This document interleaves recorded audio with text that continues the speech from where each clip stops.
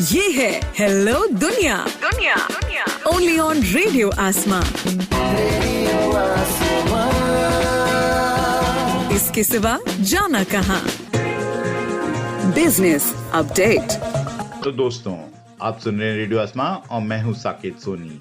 मैं लाया हूं आपके लिए बिजनेस अपडेट, व्यापार की बातें और स्टॉक मार्केट की हलचल। जैसे जैसे 1 फरवरी का दिन नजदीक आ रहा है, वैसे वैसे लोगों की नजर भारतीय बजट के ऊपर पड़ रही है। लोगों की एक्सपेक्टेशंस निर्मला सीतारामन से काफी ज्यादा हैं और लोग चाहते हैं कि इस समय बजट के जो आधार हैं वो इस तरह से रखे जाएं ताकि लोगों को नीचे स्तर तक ग्रोथ मिले और पैसा हाथ में आए। बताया जा रहा है कि इस समय कंपनियों के प्रॉफिट तो आ गए हैं, लेकिन लोगों की तनख्वाह बढ़ नहीं पाई। लोगों ने कहा कि कैपिटल मार्केट में लोगों ने काफी पैसे बनाए हैं, लेकिन लेबर फोर्स अभी भी गरीब लग रही है। उन्होंने कहा कि इस समय ऊपर के लोगों के इनकम काफी बढ़ी है, लेकिन लोअर के स्तर के लोगों की इनकम इतनी नहीं बढ़ पाई। इस इनइक्वालिटी को दूर करना पड़ेगा, नहीं तो डिमांड में एक सप्रेशन देखने को मिलेगा। कई एक्सपर्ट्स का मानना है कि गवर्नमेंट एक्सपेंडिचर एक सरल रास्ता है अच्छी ग्रोथ लाने के लिए, क्योंकि अगर अच्छी ग्रोथ आएगी तो फिस्कल डेफिसिट में कमी होना लाजमी है। वहीं दूसरे कई एनालिस्ट ये जोर दे रहे हैं कि अब गवर्नमेंट को इंफ्रास्ट्रक्चर के ऊपर स्पेंडिंग करना चाहिए, क्योंकि इंफ्रास्ट्रक्चर के ऊपर स्पेंडिंग करने से जॉब ग्रोथ में आसानी होती है। इसकी वजह से काफ़ी फ़ायदा हो सकता है, लोगों को हाउसिंग सेक्टर में खर्च भी बढ़ सकता है। इंटरेस्ट रेट्स को नीचे रखने की वजह से हाउसिंग सेक्टर में वैसे ही काफ़ी ग्रोथ देखने को मिल रही है।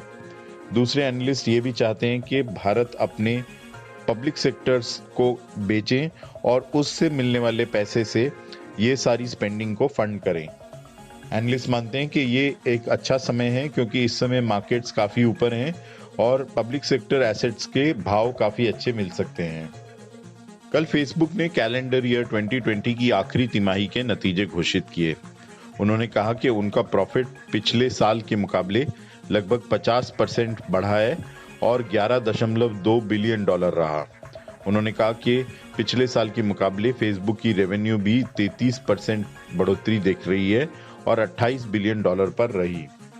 इसके बाद एक प्रेस कॉन्फ्रेंस में उनके सीईओ मार्क जकरबर्ग ने ये कहा कि वो चाहते हैं कि अब फेसबुक के ऊपर पॉलिटिकल कंटेंट को रेगुलेट करा जाए या कम करा जाए, क्योंकि इससे कई लोगों की भावनाएं को ठेस मिलती है और एक लड़ाई झगड़े का माहौल पैदा होता है। उन्होंने ये भी घोषणा की कि इंस्टाग्राम, मैसेंजर और व्हाट्सएप को मिलाकर अब उनके पास लगभग 3.3 बिलियन मंथली यूजर्स हैं।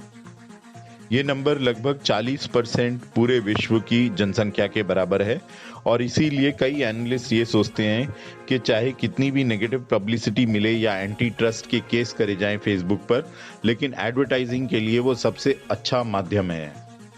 कल अमेरिका में फेडरल रिजर्व की मौद्रिक समिति की मीटिंग हुई। उस मीटिंग के चेयरपर्सन जेरोम पावेल ने ये घोषणा करी कि अब लंबे समय तक अमेरिका में इंटरेस्ट रेट्स को नीचे रखना पड़ेगा। उन्होंने कहा कि इंटरेस्ट रेट्स को नीचे रखने से इकोनॉमी को मदद मिलेगी, क्योंकि पैंडेमिक के समय कई ऐसी इंडस्ट्रीज हैं जो कि खासी ग्रसित हुई हैं, जिसमें कि रेस्टोरेंट, बार्स, होटल्स और ऐसी कई सर्विस इंडस्ट्रीज हैं जिनको मदद की ज़रूरत है। उन्होंने ये कहा कि अगर नीचे रखे गए इंटरेस्ट रेट्स से लोग कैपिटल लगाना चालू करें तो इकोनॉमी में वापस बढ़त आ सकती है और जॉब लॉसेस भी रिड्यूस हो सकते हैं।